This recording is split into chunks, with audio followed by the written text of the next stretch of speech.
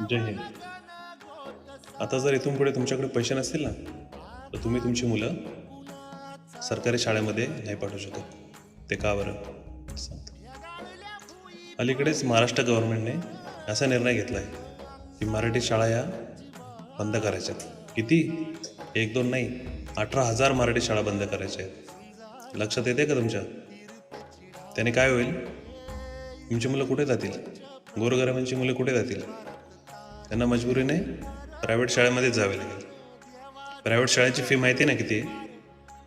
एका नर्सरीच्या मुलाची वर्षभराची जेवढी फी असते ना, तेवढ्या फीमध्ये आपला गरिबाचा मुलगा ग्रॅज्युएट होऊन बाहेर पडतो. पण ते नाही कळायचं तुम्हाला.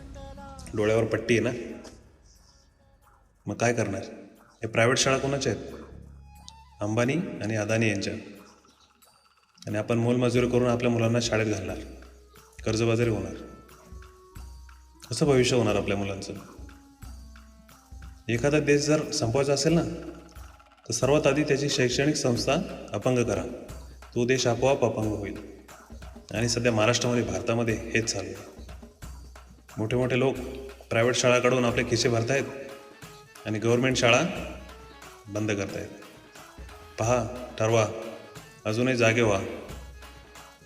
आपल्या भारतामध्ये, महाराष्ट्रामध्ये खूप मोठ्या लेवलला खूप मोठं काय काय चालू आहे. तुम्हाला त्याची भणकसुद्धा नाही आहे. जेव्हा तुमच्यापर्यंत ते येईल ना, तेव्हा खूप उशीर झालेला असेल. तुम्ही काही करू शकत नाही. आताच आवाज उठवायला हवा, काहीतरी करायला हवं. पहा, डोक्यामध्ये घुसतंय का?